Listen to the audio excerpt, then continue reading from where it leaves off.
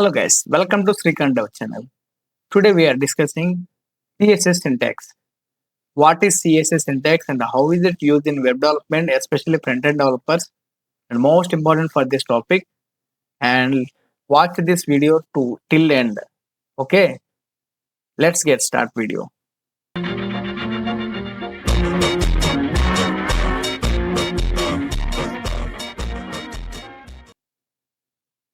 Okay guys, CSS syntax లో మనం ముఖ్యంగా సెలెక్టర్స్ గురించి తెలుసుకోబోతున్నాం. సెలెక్టర్స్ అంటే ఏంటో ఈ రోజు వీడియోలో మనం కొంతవరకు తెలుసుకునే ప్రయత్నం చేద్దాం. సెలెక్టర్స్ అంటే selector decide which element to style. మనం ఏదన్నా ఒక ఎలిమెంట్ స్టైల్ ఇవ్వాలంటే సెలెక్టర్స్ అనేది మనం యూస్ చేస్తాం. ఈ సెలెక్టర్స్ ద్వారా మనం ఐడి కానీ క్లాసెస్ కానీ దాన్ని కాల్ చేసి సిఎస్ఎస్ కానీ ఏదన్నా స్టైల్స్ ఇవ్వడానికి, ఎస్పెషల్లీ జేఎస్ కోడ్ లో మనం రాయడానికి ఉపయోగపడుతుంది. ఓకే, ఇప్పుడు ముఖ్యంగా మనం జావా స్క్రిప్ట్ ఇంకా స్టార్ట్ చేయలేదు కాబట్టి స్టైల్స్ ఎలా ఇవ్వాలో వీటి ద్వారా మనం తెలుసుకోబోతున్నాం. ఓకే, సెలెక్టర్స్ లో 3 టైప్స్ మెయిన్ గా ఉంటాయి.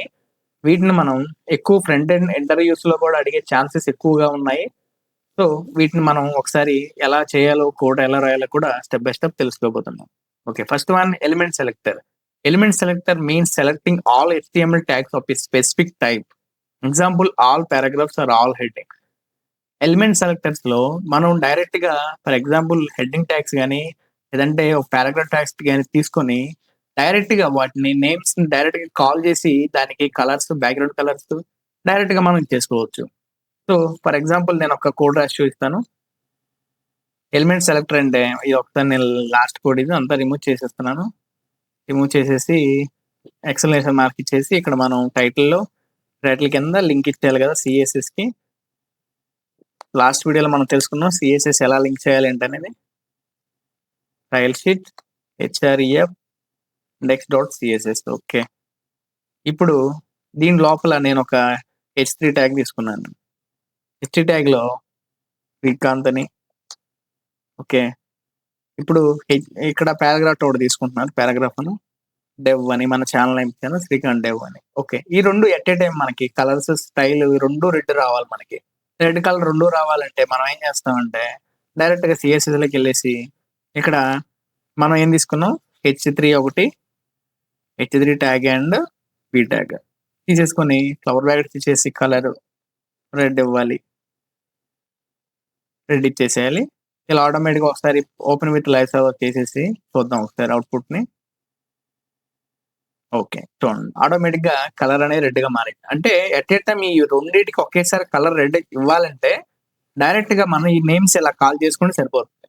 ఇక్కడ h3 p అని ఇలా డైరెక్ట్ కాల్ చేస్తే మీకు డైరెక్ట్ గా ఈ రెండు కలర్స్ అనేవి చేంజ్ అవుతాయి. లేదు ఈ ఒకదానికే నీకు కావాలంటే p అవసరం లేదు, h3 వరకు నీకు కావాలంటే డైరెక్ట్ తీసేసుకోవచ్చు. h వరకు దీనికి ఇలా మారిపోతుంది. దీన్నే మనం ఏమంటామంటే ఎలిమెంట్ సెలెక్టర్స్ అంటాం. ఎలిమెంట్ సెలెక్టర్ అంటే all HTML tags specific type. ఏదైనా ఇలాగే ఇప్పుడు h3 లో ఇలాగే కాకుండా ఇంకా చాలా తీసుకున్నాం అనుకోండి, h3 ఇలా తీసుకున్నాం అనుకోండి, ఆటోమేటిక్ h3 ట్యాగ్స్ ఏమి ఉన్నాయో అన్నిటికీ రెడ్ అనేది వచ్చేస్తుంది. అలాగే మనం p ట్యాగ్ లో కూడా సేమ్ యాస్టేజ్ అలాగే ఈ p ట్యాగ్స్ ఒక 5 తీసుకున్నాం అనుకోండి, ఇప్పుడు p ట్యాగ్ ఆటోమేటిక్ అన్ని కూడా రెడ్ బ్లాక్ లో ఉంటాయి. ఎందుకంటే వాటికి మనం బ్లాక్ ఇవ్వలేదు కాబట్టి ఇక్కడ కామా పెట్టేసి పీ పెట్టాను అనుకోండి, ఆటోమేటిక్ గా వీటి కూడా రెడ్ వచ్చేస్తాయి. ఇలా ఉంటుంది అనమాట. అంటే స్పెసిఫిక్ గా ఏదన్నా మనం స్టైల్స్ ఇవ్వాలంటే ఎలిమెంట్ సెలెక్టర్ ద్వారా ఈజీగా అన్నిటికీ మనం స్టైల్స్ అనేది తెచ్చుకోవచ్చు. Okay okay next one class selector. Class selector means targeting elements that share the same class name. It is useful when you want to style multiple elements in the same way. ఈ class selector అంటే direct గా మనం multiple elements okay time at a time ఒకసారి మనం styles అనేది తెచ్చుకోవచ్చు. అది ఎలానో చూద్దాం. ఫర్ ఎగ్జాంపుల్ నేను ఒక h1 ట్యాగ్ తీసుకొని దాని లోపల దాని కింద ఇంకోటి తీసుకుంటున్నాను, పారాగ్రాఫ్ ట్యాగ్ తీసుకుంటున్నాను, పారాగ్రాఫ్ ఒకటి.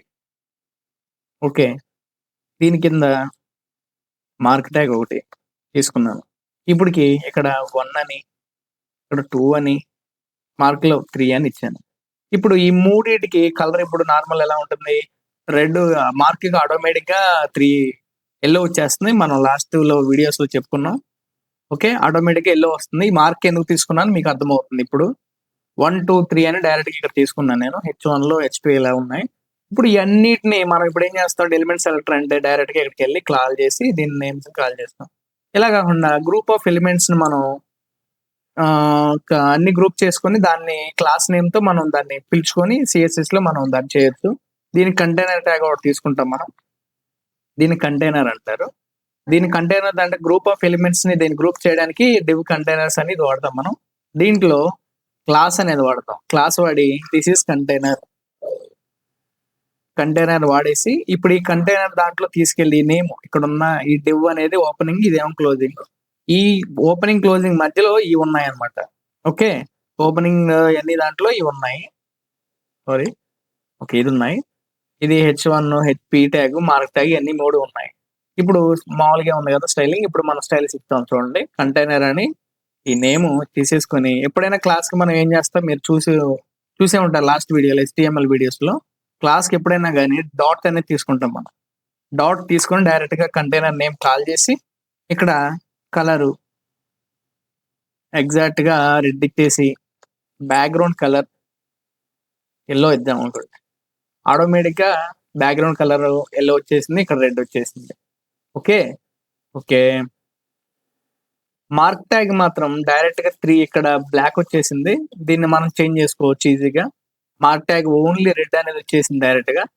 మార్క్ ట్యాగ్ ఏంటంటే ఎస్పెషల్‌గా బ్లాక్ అనేది అంటే యెల్లో వస్తుంది దీని ఎదురుగా. దీన్ని మనం డైరెక్ట్‌గా మార్చుకోవచ్చు.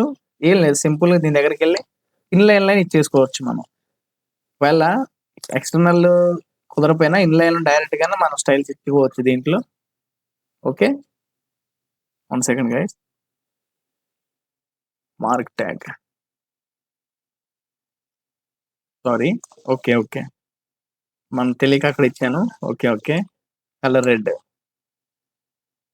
ఇదిగోండి ఇలా మారిపోతుంది. మార్క్ ట్యాగ్ అంటే ఎస్పెషల్లీ మనం మార్చుకోవచ్చు దీన్ని. ఓకే. కలర్ రెడ్ వచ్చేసింది. ఇక బ్యాక్‌గ్రౌండ్ ఇలా వచ్చేసింది.